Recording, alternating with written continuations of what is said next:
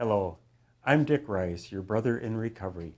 My date of recovery happens to be May 1st, 1979. I guess that makes me older than dirt in the program and the community, but my only day of recovery, like yours, is today. I also happen at this time to be fortunate to be the Director of Spiritual Development at the retreat. And both of those facts prompt me to want to speak with you today about the 10th step. You know it as well as I, but let's remember it just as it is in the big book.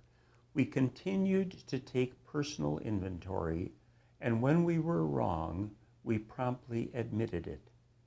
And the reason I want to speak with you today about this is because of that little sentence on page 84 in the big book that just lightens up for me, and maybe for you as well, this 10th step.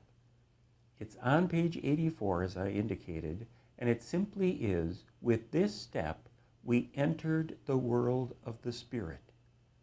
Only now do we say that.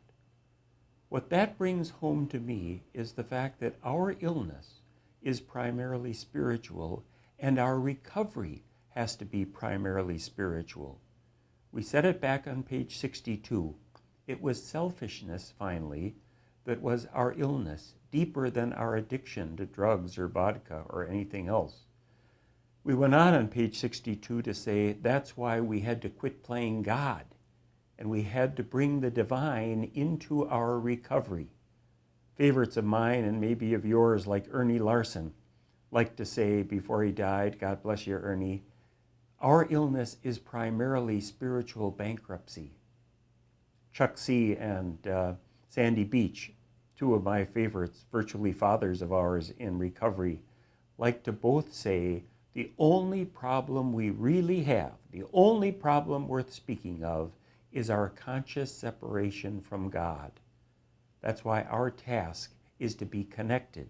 It will be more obvious soon, even more so in the 11th step, where we talk about conscious contact with our higher power.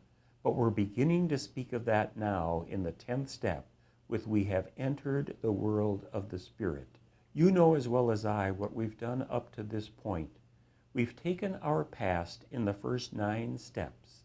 Hopefully, we've forgiven who and what we've had to forgive. We've made amends. My way of speaking it is that the first 9 steps package our past. I like to say we take all of that baggage of our past and we turn it into carry-on luggage.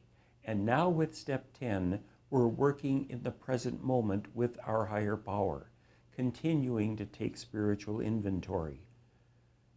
Bill W. talks about doing that inventory all day long, and I agree with him.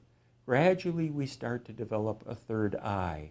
Spiritual writers like Richard Rohr and Eckhart Tolle talk about living in the now all day, but then especially at night, when we look at step 11, we take an inventory of those 4 horsemen that are so inclined to do us in, our resentments, our fear, our ego, and our dishonesty.